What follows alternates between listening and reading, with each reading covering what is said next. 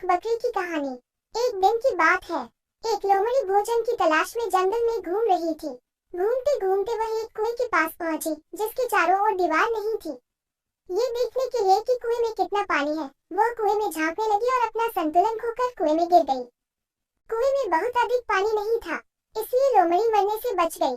लेकिन जब उसने कुएं से बाहर निकलने की बहुत कोशिश की, तो बाहर निकल नहीं पाई। वह वहीं खड़े रहकर किसी के आने का इंतजार करने लगी। कुछ देर बाद वहां एक बकरी वहां आई और कुएं की हलचल सुनकर कुएं में झांकने लगी। उसे वहां लोमड़ी खड़ी दिखाई दी। बकरी ने चकित होकर लोमड़ी से पूछा, लोमड़ी बहन, तुम कुएं में क्या कर रही हो?